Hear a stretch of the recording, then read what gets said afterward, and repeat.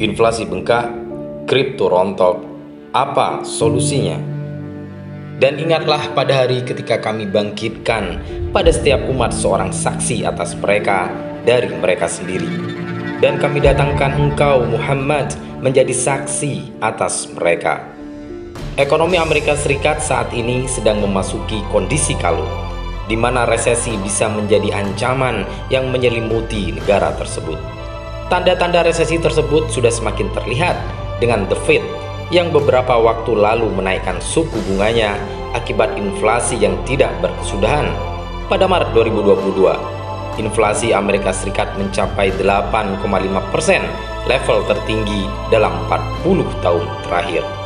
Dilansir dari CNN Business pada Rabu 18 Mei 2022, kenaikan suku bunga acuan oleh The Fed untuk menekan lonjakan harga yang disebabkan harga mulai melonjak tinggi serta tingginya pinjaman Amerika Serikat saat ini, yang menjadikan negara paman Sam tersebut terkena imbas perlambatan ekonomi yang cukup signifikan. Akibat dari kebijakan tersebut langsung berdampak sentimen negatif pasar keuangan global, bahkan jatuhnya harga aset-aset kripto. Lihat saja yang terjadi pada crypto crash ketika token-token populer kriptonya kehilangan 99% nilainya.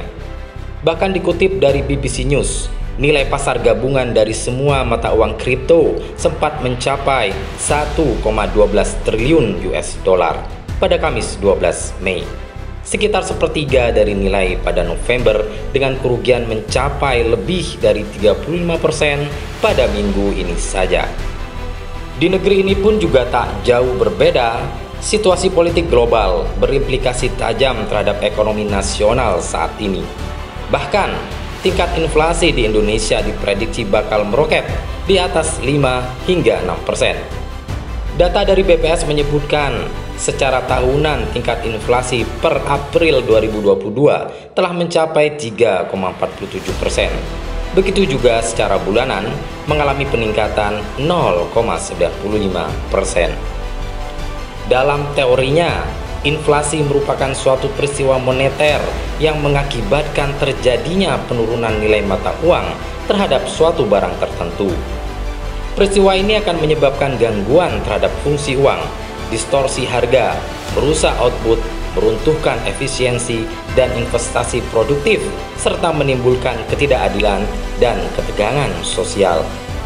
Dampak turunannya, inflasi akan menyebabkan harga-harga melonjak tinggi, menurunkan daya beli masyarakat, meningkatkan suku bunga, serta meningkatkan pengangguran dan kemiskinan.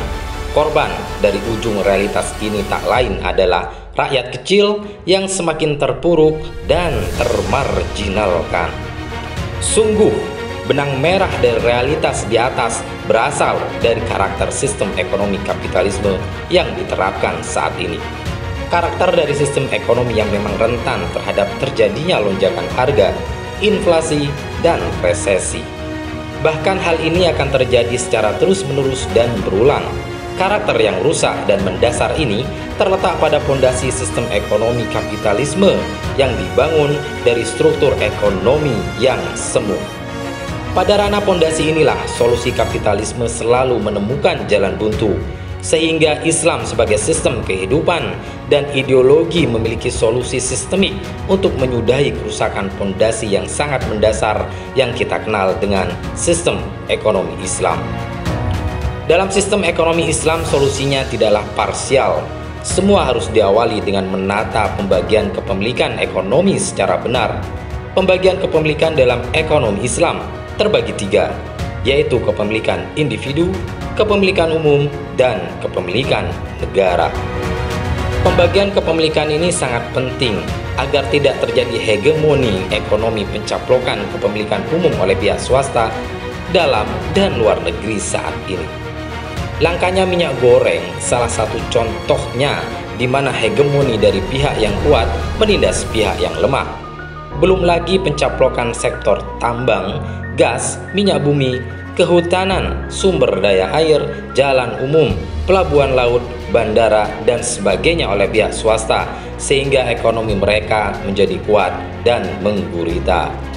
Selain pembagian kepemilikan yang tegas dan benar, sistem ekonomi Islam akan mengatur pembangunan dan pengembangan yang harus bertumpu pada pembangunan sektor ekonomi real, sehingga dengan inilah inflasi, krisis, dan lonjakan harga insya Allah dapat diatasi.